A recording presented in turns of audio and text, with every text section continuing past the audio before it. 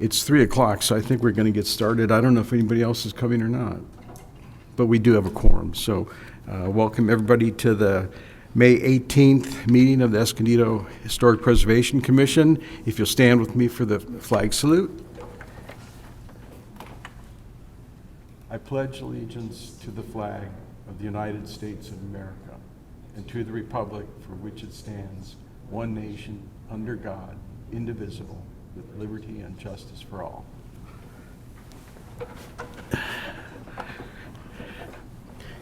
Okay, could we have the roll call? Commissioner Walker? Here. Commissioner Suarez-Avila? Here. Commissioner Span? Here. Commissioner Hanlon? Here. Commissioner Correll and Commissioner Delaney are absent so far. Okay. Do we have any written communication? None off of the agenda. Okay. Oral communications. Does anybody in the audience want to address us on an issue that's not on the agenda or on the agenda? Seeing none, we'll go right to public hearings.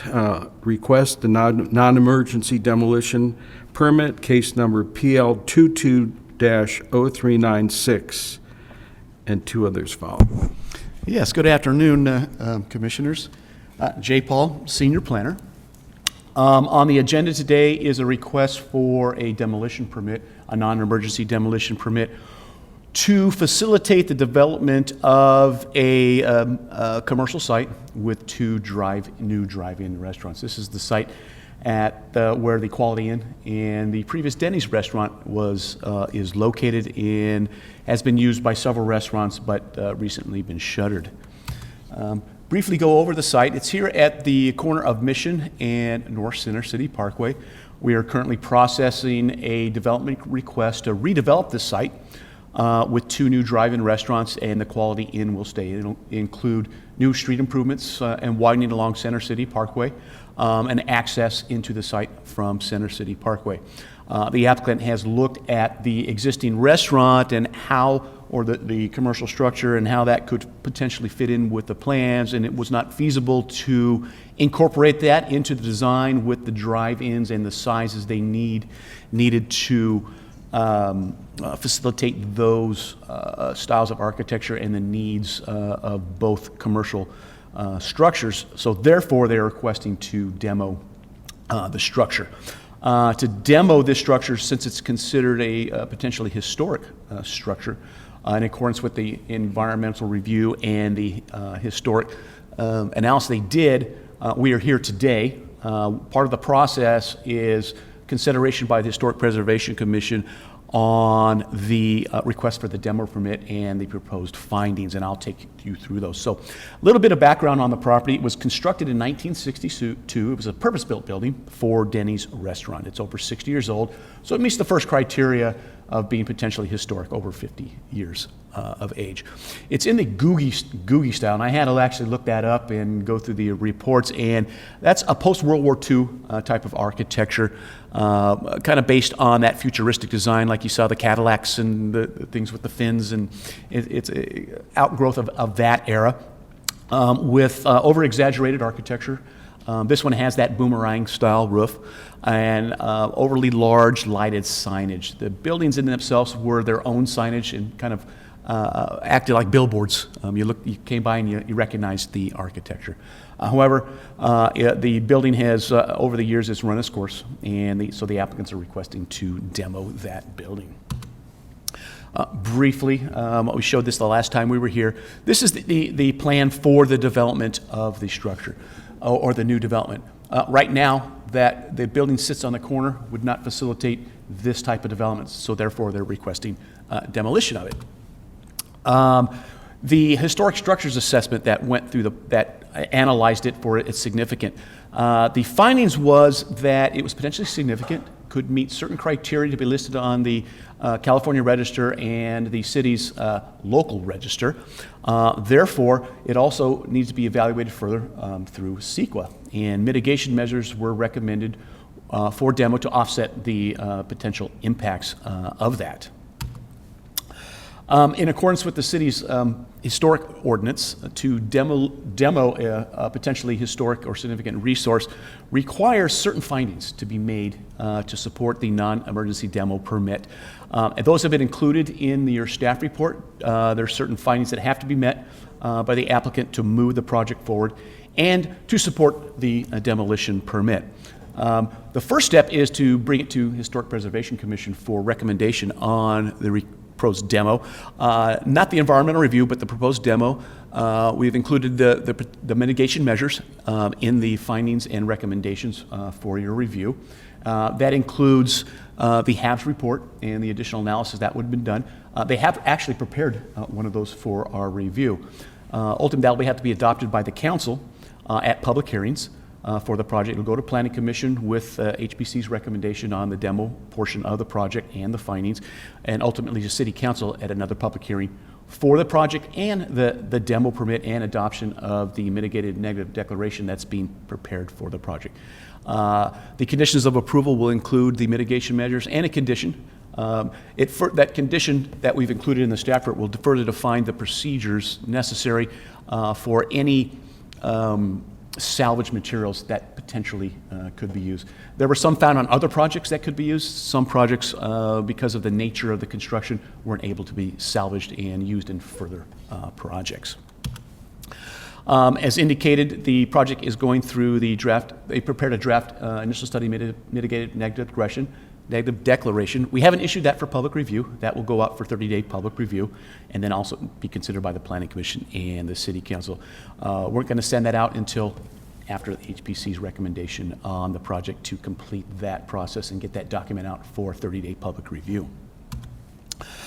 Staff is recommending approval of the non-demolition or the non-emergency demolition permit and the findings that are included in your package.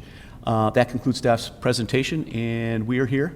Staff is here and the applicant is here to answer any questions you might have. Thank you. Does anybody want to have any questions of the staff? Okay. I have one speaker here, Mr. Weiler.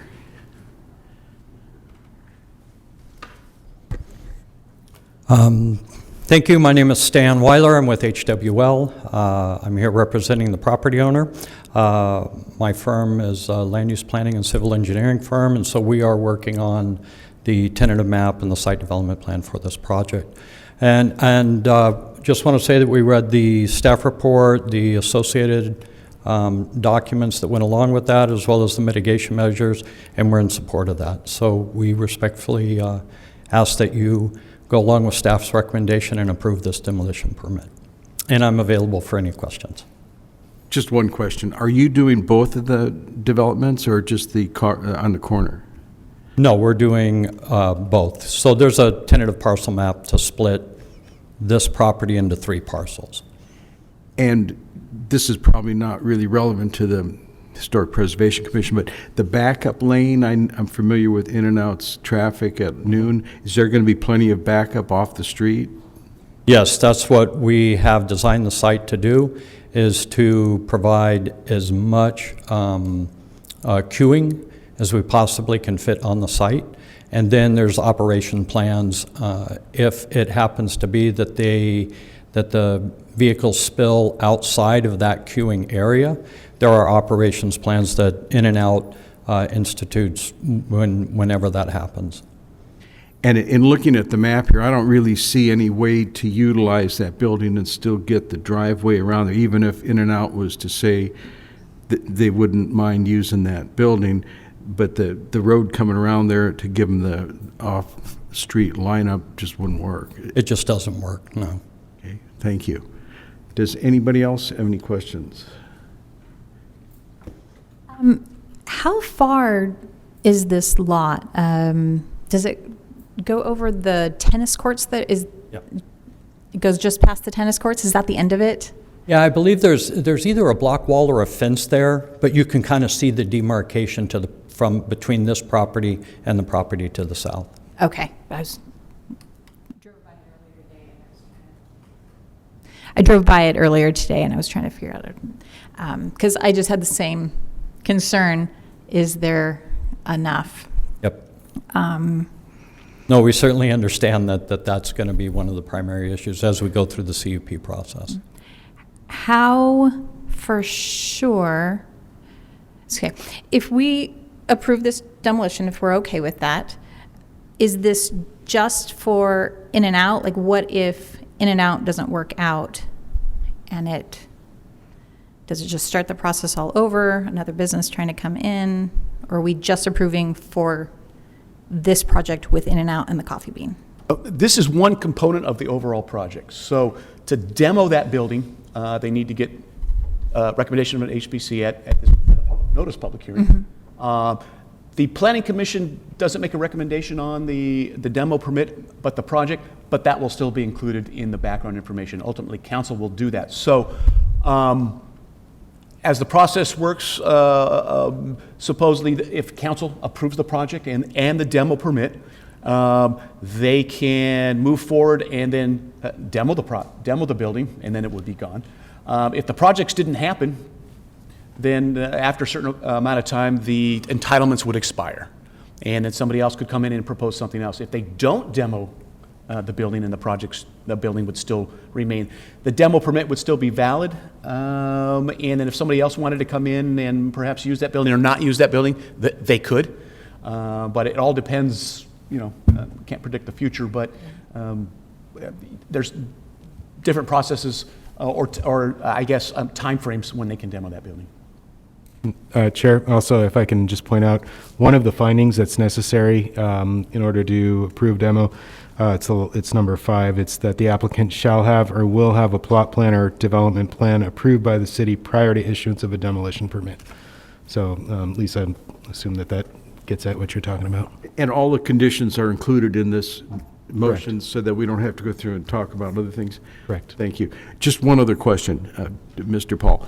I know you made reference to the salvaging of material. Yes. It seems to me, looking at it, some of those trusses might be good enough to salvage if somebody wants to do it. It'd be nice to just offer it at least. And I know that I don't want to hold the project up, but to really encourage, if it does come down, that somebody go in and, salvage whatever they could. Right. One of the things they have to do prior to going to council is they have to put the building up for somebody can come in and purchase the building, pick it up and move it if they want to. And that has to be published in the paper for 2 weeks.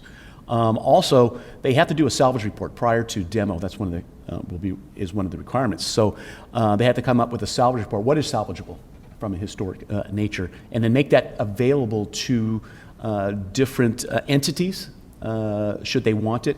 For instance, when we had the Veterans Village, the Historic Society came and other homeowners came and picked up a lot of that adobe brick or block to reuse in their projects. So, Thank you. So, pardon me, Commissioner Hanlon here. So has this advertisement of the availability of this building, has that 2-week advertisement been made? no, that has to be done prior to city council. That's still several months in the future. But before they can go to council, then they have to put the building up for, offer it for reuse if somebody wants to come. It's difficult for this type of structure. That was really set up for structures on raised foundations where you could come and pick up a home and take it. Very difficult for this kind of construction to do that. Don't really anticipate somebody would do that, but you never know. Understood, though, but it's one of our last, I think it is probably the last Googie architecture example that we have here in Escondido. It's one of the last, correct. Yeah. That was actually a question that I have going over the list, and I drove by some of them today, and I may even have one to add to your list if there's more. But I thought, at what point do we say there's a hold? You cannot demolish any more Googie buildings in the city of Escondido. I think that would be probably a recommendation to council, and they set the policy for those things. Because it's a cool building. It's definitely a neat building, but with it being in and out and the coffee bean, they're just such strong businesses and it would probably brighten up that part, that length of the street. That I think that's a good project for that location. Anybody else have any questions? Thank you so much. I'm going to close the public hearing on that and ask for commissioner discussion. Oh, Any? could I share a picture? Probably no one cares. So in Westwood, they have this Googie style in and out. Because you know how much I love when buildings like the movie theater downtown on Grand, how much they took the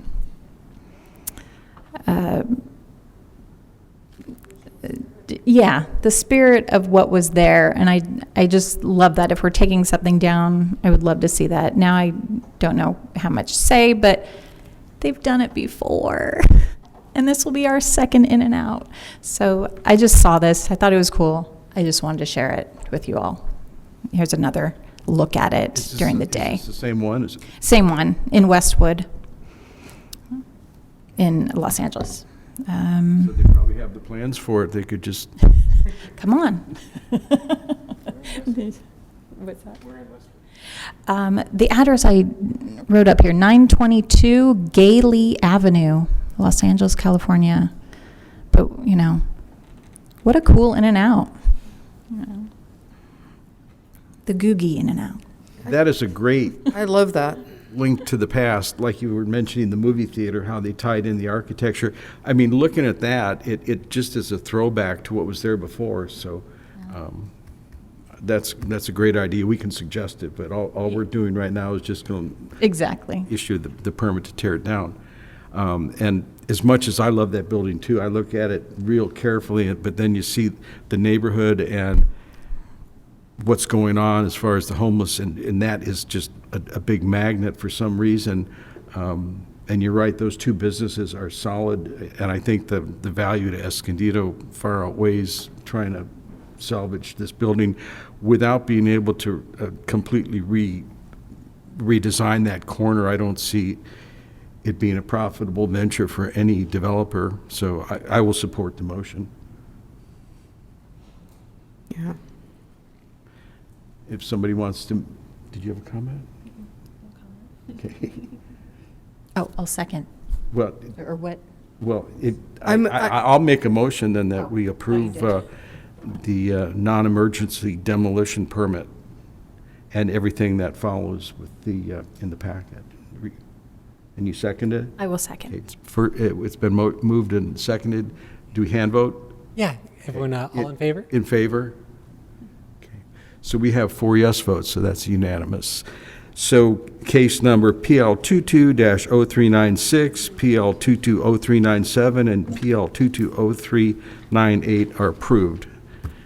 Thank you. Can we somewhere put in the future documentation that we revisit when the time comes this nod to the Googie style? Well, I'm going to suggest to our city planner here that we formulate some kind of an encouragement for people that are developing and on a historic site, that there be some type of throwback to what was there before. The idea of this style in and out, I think it's a great idea.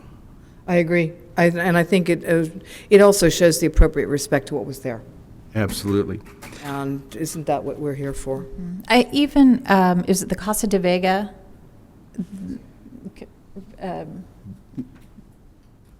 Hacienda de Vega, is that what you think? That's Hacienda, right, thank you. Like, it doesn't seem quite right. I saw the plans, we had a meeting and saw the plans for that, and that was also, I thought they did a fairly good job of a nod to what was there. I thought they tried versus just a block of brick. Okay, we're going to move on to current business. Request to consider 5 nominations to be awarded Historic Preservation Awards for '23.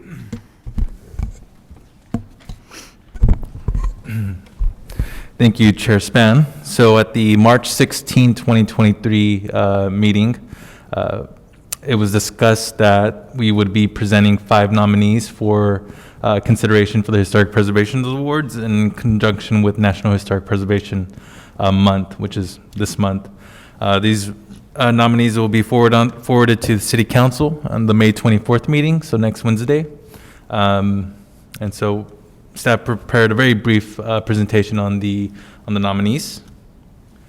So one of the nominees is located at 439 East Fifth Avenue.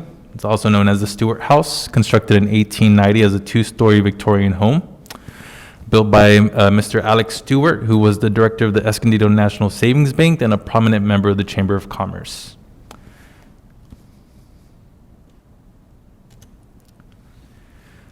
The second nominee is located at 103 East 6th Avenue, and it was constructed in 1922 in the California bungalow style. Unfortunately, the historic resource inventory sheet did not contain any ownership information, just had a brief description on the architectural style.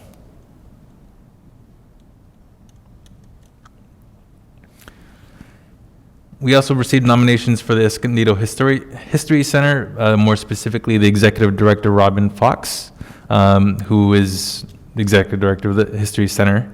It's the second largest history museum in San Diego County and contains a collection of photographs, artifacts, and directories.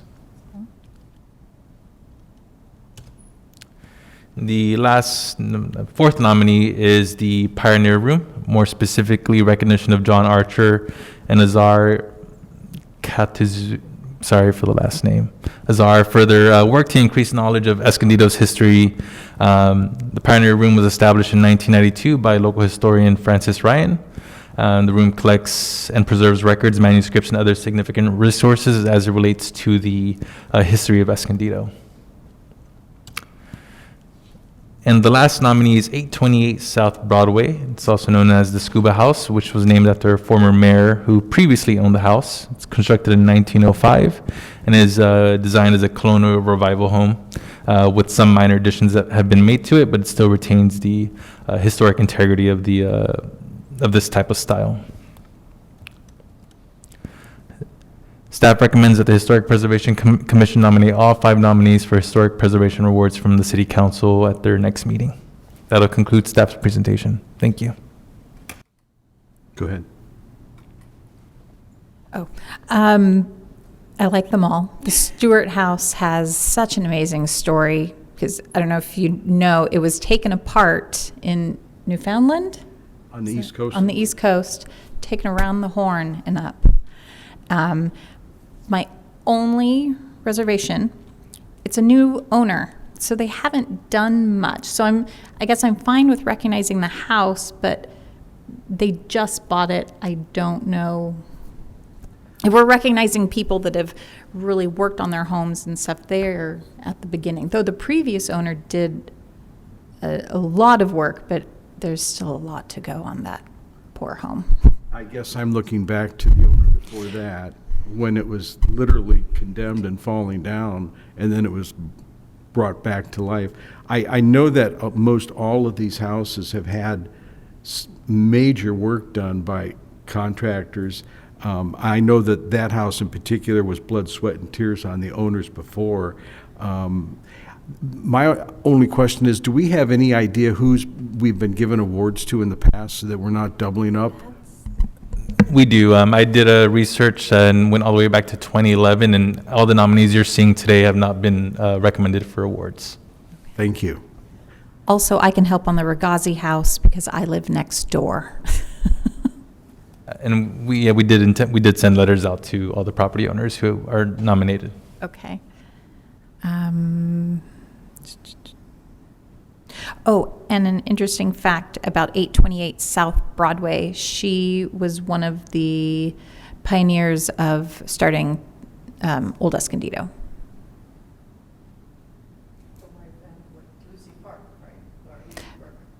With Lucy Burke, I suppose. I don't know. Mrs. Moyer. Moyer, yeah, Dr. Moyer. Yeah.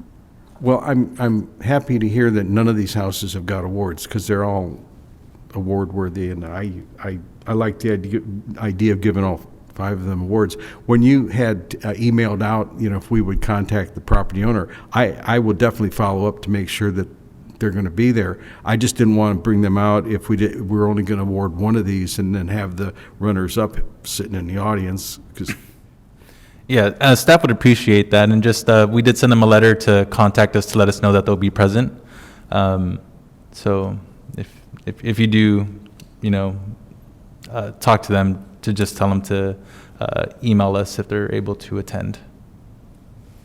And I firmly believe that by giving these people awards, it encourages them to go a little bit further in what they do on their house. It's a attaboy, do some more. I did think about that too regarding the Stewart House. I'm like, well, maybe this will just be the push, to be like, this is.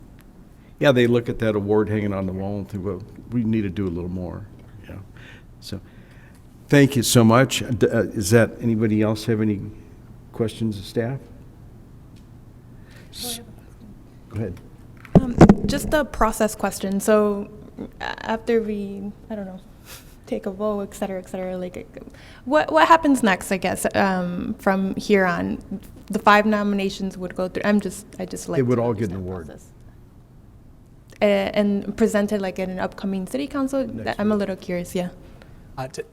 Honorable Commissioner Suarez Avila, to answer your question, the way the process worked this time was, if you recall at the last meeting, it was requested that the commissioners submit their nominees to myself. We were able to whittle down that list as it pertains to how many were awarded awards previously, but we also knew that the meeting that was happening today was only a week in advance of when these awards would be presented. That's why we had staff send out the letters based off the 5 nominees that we found. So today's meeting, you could vote on this, but really the nominees have already been nominated by yourselves, and this is really informative. So that's why we invited them next week. Do we need a motion on this, or is this? I think it's really informative. It's up to your discretion, but I think that. Well, I would move that we approve all 5 of these nominations and that they all receive an award. I'll second. Okay, all in favor? Okay, we have 4 yes votes, so that answers that. Next item of current business, discussion of historic preservation plan by Commissioner Suarez Avila. You. So first I want to say thank you to everyone here who obviously have helped us, especially as new members, get acquainted with the commission. And I want to be thankful, of course, like our current members for sort of like, guiding us and supporting us in the process. And I just, Lisa, today I just think you're such a, I just love what you bring, and I think you go outside of the box when I think of historic preservation. So I just want to say thank you for also, making the effort to to feel like what we're doing is connecting the past and present and thinking about our future. And so along the lines of, connecting past, present, and future, I've been thinking a lot about essentially just wanting to have a conversation amongst us with staff and maybe in the future with community around historical preservation planning. Kind of where are we with that? Do we have a plan? Is that something that we'd like to do in the future? So that we could discuss our collective vision, goals, and priorities. And I guess as part of that discussion, I've in my own learning, trying to understand preservation, I joined some webinar sessions through the National Alliance for Preservation Commissions, and sort of paid for a webinar. It's a recording now, and I'd love to share it with all of us so we can watch it. It's about an hour and 45 minutes where they kind of walk through what would it take to essentially have a discussion like this, and then they present case studies from across the United States where folks from different areas, from Colorado, to Texas, to other places in California, how they've gone about these sort of discussions, this type of planning. And I'd love to be able to have that discussion with y'all in the future, and I think the webinar would be a great place to start so that we're kind of on the same page about what could we do. And I think more than anything for me, I'd love to make it as inclusive as possible, meaning wanting to hear from staff and kind of what they're thinking, and from community, and we can figure out what that looks like. So I just wanted to present that to all of us here and encourage us to watch, especially that webinar, which I found really thought-provoking as we think about that. Yeah, so I shared it with staff here. So maybe, Ivan, do you want to share a little bit more about, or Zach, how we would go about doing that? Yes, if I recall correctly, Ivan, did you include a link to the webinar in the email that was sent with the packet? I did not include a link, but we should be able to forward that out. Yeah, so I think the link, as far as Commissioner Suarez-Villa already has access to it, so it's basically you click on the link and can watch the webinar as I understand it. So I'll make sure that we'll make sure it's sent out to you. Yeah. Was that something that you paid for, that you got? How did you get that link? Yeah, so thankfully, it was only $15 to participate, but it got me thinking about like how else can we increase our knowledge, not only just here locally, what are we doing, but also get inspired and learn what other folks are doing. And so it was through the National Alliance for Preservation Commission, so I just went on their website. I've also joined a group that looks at historical preservation through an equity lens, and so I'm happy to share that sort of resource for y'all as you think about like how else can we potentially do historic preservation in Escondido in the future. So I think Ivan, what I'll do too is I'll send you a link to that group in case you want to join a future. There are Zoom meetings and those are free. Everyone's just coming in voluntarily. I've watched a couple that were free. I never had to pay for them. But in the past, we've actually had when they had a webinar, and we had them in the conference room. Everybody came together and we watched it, and that's really important as far as getting our continuing education for our annual report. So I'd like to see that again if we could. And I know that the city can buy a lot of these, what start out to be very expensive programs for. I think Paul used to pay $60 for. Yeah, I don't know the dollar amount, but yeah, I remember several years ago before the pandemic, we did occasionally meet either in the conference room or the Mitchell room and watch the videos and the like. They do have to, that would have to be at a noticed or at an agendized meeting because there'd be a quorum of the group here. Additionally, Commissioner Suarez-Avila, if you can send me the receipt that you had from that webinar, I should be able to hopefully get a reimbursement for you. Thank you. I was going to suggest that. Yeah, I think I think we're getting towards end of June. That's when I have to have it all done, end of the fiscal year, and I think I've got $15 sitting around, so we should be able to do that. Okay. I think that pretty much concludes our business, unless anybody in the audience wishes to speak. Nothing. I see none. Chair Span, just two things before closing. One would be if we could approve the minutes. I know that was at the top of the meeting. Oh, I'm sorry. How did that Not a get by? problem. Not a problem. Yeah, if we do. Okay. Do we have a motion to approve our minutes from our last meeting? I'll move to approve the minutes of the last meeting.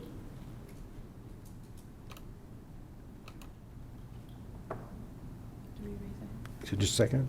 I'll second. Okay, it's moved and seconded. All in favor of approving our last meeting minutes?